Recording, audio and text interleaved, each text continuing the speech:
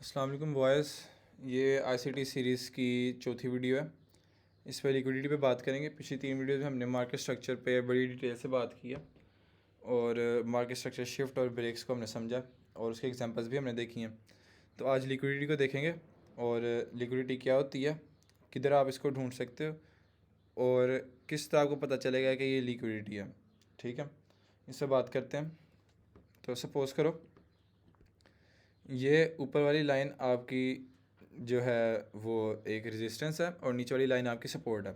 ठीक है, अब आपका प्राइस सेक्शन इस रेजिस्टेंस और सपोर्ट के अंदर मूव कर रहा है और जो रिटेलर्स हैं वो करते क्या हैं, जब रेजिस्टेंस पे आया शॉर्ट किया, सपोर्ट पे आया लॉन्ग किया, रेजिस्टेंस पे आया शॉर्ट किया, सपोर्ट पे आया लॉन्ग किया। लेकिन होता क्या है कि जब वो इधर लॉन्ग करने जाते हैं, अक्सर आपके साथ भी हुआ होगा, बहुत से लोग जो सपोर्ट रेजिस्टेंस इस पर ट्रेड करते हैं और दूसरे रिटेल कॉन्सेप्ट्स पे ट्रेड करते हैं, उनके साथ काफ़ी दफ़ा ही हुआ होगा कि वो सीधा ब्रेक करके नीचे आता। ठीक है, आप समझते हो कि अब तो ये नीचे जाएगा, आप पहले तो आप इधर से लॉन्ग करते हो, ठीक है, जो हर रिटेलर करता, और इधर आपका स्टॉप लॉस होता है बिल्कुल इसके थोड़ा सा नीचे करके, और इधर आपका स्टॉप लॉस हिट हो जाता है। फिर आप क्या करते हो कि आपका ब्रेकआउट नज़र आ गया आपको।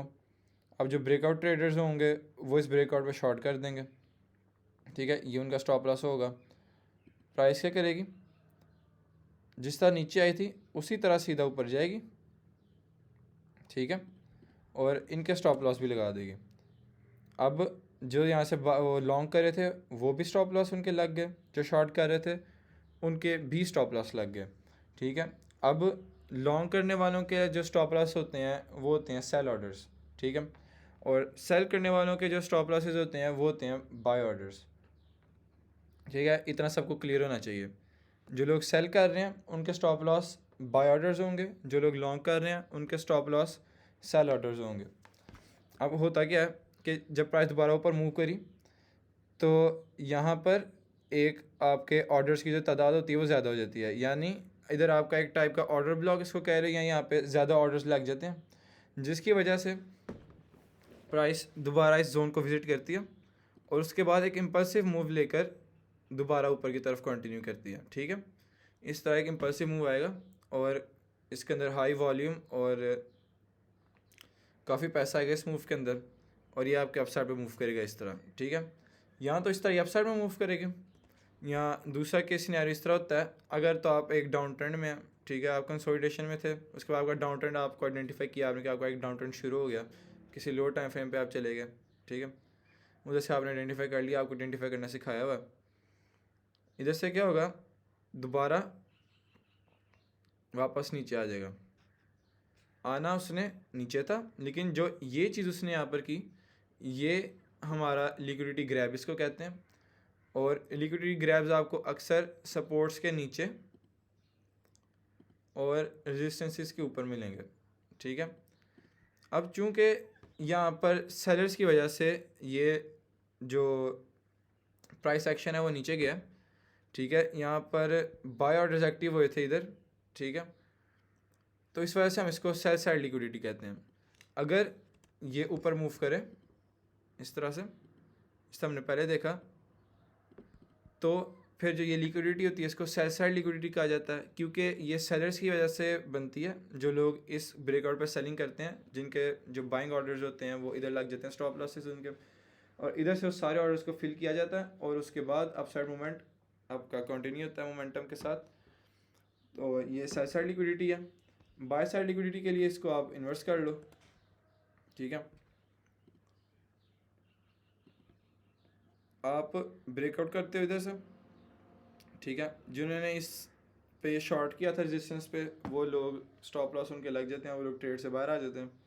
जो लोग ब्रेकआउट पे ट्रेड लेते हैं, प्राइस एक्शन नीचे आता है, उनके भी स्टॉप लॉस लगा देता है और फिर से वो ट्रेड से बाहर आ जाते हैं। नेक्स्ट क्या होता है, वो दोबारा अप साइड पे कंटिन्यू करता है इसी तरह। तो ये बाय साइड लिक्विडिटी है जो बायर्स के स्टॉप लॉसेस की वजह से बनती है। बायर्स का स्टॉप लॉस किधर था, कौन लोग यहाँ पे बाय करे थे, जिन्होंने ब्रेकआउट पे ट्रेड किया, उनके स्टॉप लॉसेस किधर थे, इस जोन के नीचे।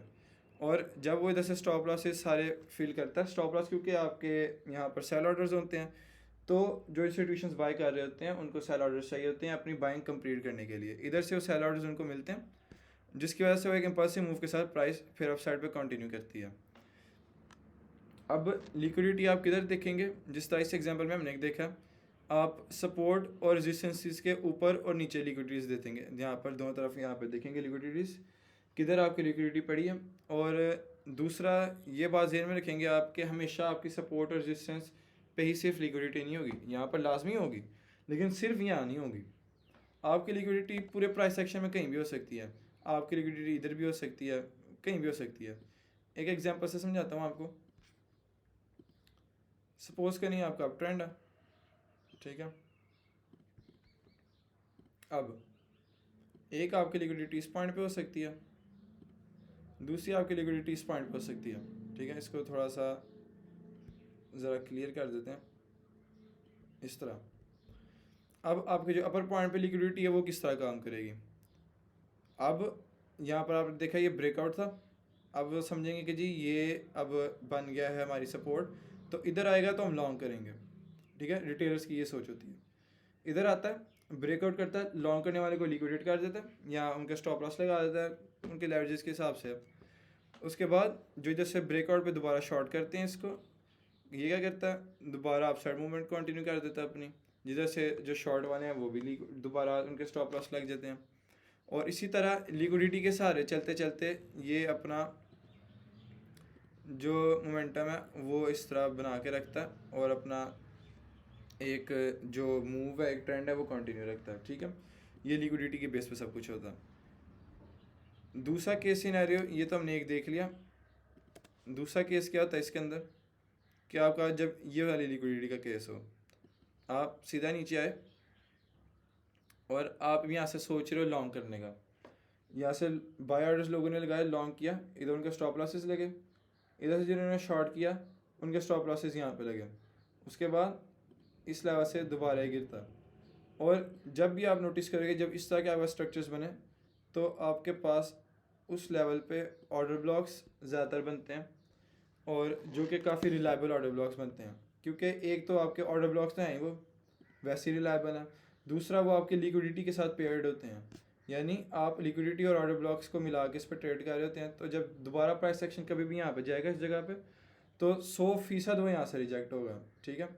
और आपने अभी यहाँ पर रिसेंटली हमें चार्ट्स पे एग्जांपल्स काफ़ी देखने को मिली थी, जिसमें हमारा एक डंप था जिसके बाद मार्केट नीचे गई, उसके बाद हमने पहली दफ़ा उस रेजिस्टेंस पे हमने जो हमारा सप्लाई था या ऑर्डर ब्लॉक था उस पर हमने लाजमी वहाँ से हमने रिएक्शन दिखाया और हमने फिर ये 57 वाला मार्क यहाँ पर हमने अचीव किया, जिसके बाद अभी से हम ऊपर हैं। तो इस पॉइंट में टाइम के जो आपका काम होगा अपनी लिक्विडिटी को आइडेंटिफाई करना है कि लिक्विडिटी कहाँ पे मिल रही है हमें, किस तरह हम इसको ट्रेड करेंगे, ये हम अगली वीडियो में देखेंगे, और चार्ट की एग्जांपल्स भी हम अगली वीडियो में देखेंगे। तो तब तक के लिए आप इसको चार्ट पे आइडेंटिफाई करो, सपोर्ट रेजिस्टेंसेस ड्रॉ कर लो चार्ट पे और देखो कि उसके ऊपर और नीचे विक्स लगी नहीं है कि नहीं। चार्ट्स पे आपको एज अ विक नज़र आएगा, हाई टाइम फ्रेम पे घंटे पे, आधे घंटे पे, 15 मिनट पे आपको एज अ विक नज़र आएगा, लेकिन छोटे टाइम फ्रेम पे वो पूरी कैंडल होगी। तो इसलिए आप कोशिश करो कि आप हमेशा हाई टाइम फ्रेम पे देखो, 4 घंटे 1 घंटे पे देखो लिक्विडिटी के जोन्स, और उनको फिर आप जाके रिफाइन कर लो, बेशक अपने 15 मिनट पे 5 मिनट पे रिफाइन कर लो जिधर वो बेहतरीन रिफाइन हो रहे हो। तो नेक्स्ट वीडियो का वेट करो और इस पर प्रैक्टिस करो, लिक्विडिटी आइडेंटिफाई करने की कोशिश करो चार्ट्स के ऊपर, और वैसे हम अगली वीडियो में भी इसको कवर करेंगे। तो तब तक अल्लाह हाफिज़।